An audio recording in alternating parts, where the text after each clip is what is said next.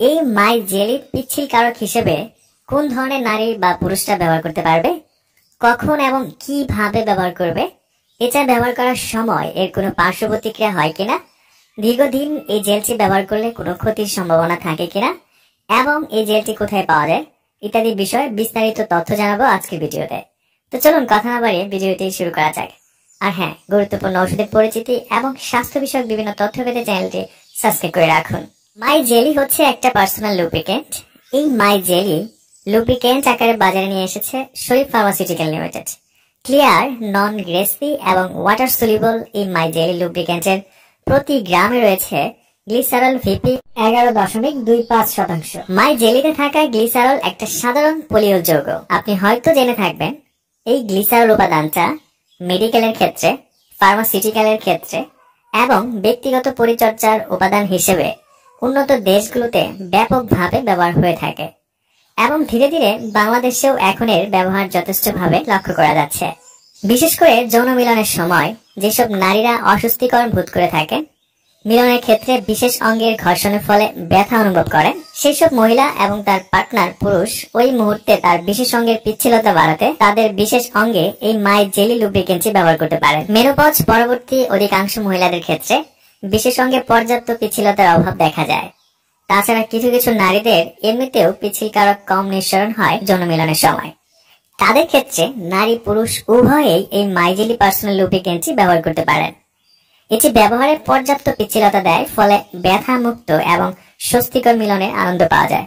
বিশেষ সময় পিচ্ছিল কারক হিসেবে ব্যবহার ছাড়াও এটির আরো নানান ব্যবহার রয়েছে, যেমন যোনির ভিতরে পরীক্ষা নিরীক্ষা করতে গ্লোভস ব্যবহার করা হয়ে থাকে। এছাড়া এন্ডোস্কোপি বা ক্যাথেটারাইজেশন এর সময় পিচ্ছিল কারক হিসেবেও এই মাই জেলি লুব্রিকেন্ট ব্যবহার করা হয়। এছাড়া যাদের শুষ্ক ত্বকের মধ্যে সাদা চামড়া উঠতে দেখা যায়, হাত ফাটা কিংবা পা ফাটা রোগে যারা ভুগছে, এই ধরনের রোগের চিকিৎসায় ময়েশ্চার হিসেবেও এটি ব্যাপকভাবে ব্যবহার হয়ে থাকে। আসলে এবার জানা যাক এই মাই জেলি পার্সোনাল লুব্রিকেন্ট কিভাবে ব্যবহার করতে হয়।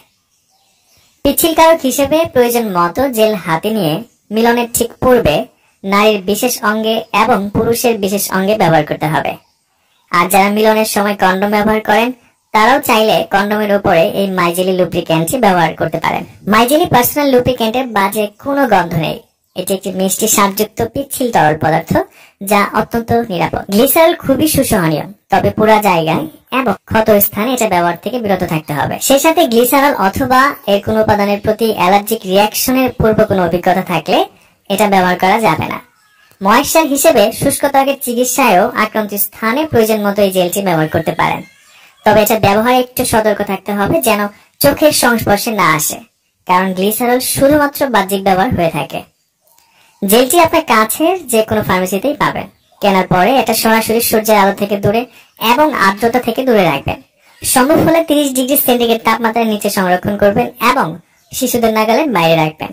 মাই জেলি পার্সোনাল লুব্রিকেন্ট নিয়ে আজকে ছিল এই পর্যন্তই। এই জেল সম্পর্কে আপনার যদি কোনো প্রশ্ন থাকে তাহলে আমাকে কমেন্টস করে জানাতে পারেন, আমি সেখানে উত্তর দেওয়ার চেষ্টা করব। এই ধরনের ভিডিও আরো পেতে চ্যানেলটি সাবস্ক্রাইব করে রাখতে পারেন। আগামী পর্বে আবার দেখা হবে। সেই পর্যন্ত ভালো থাকুন, সুস্থ থাকুন এবং সকল ওষুধ একজন ডক্টরের পরামর্শ নিয়ে ব্যবহার করুন। ধন্যবাদ।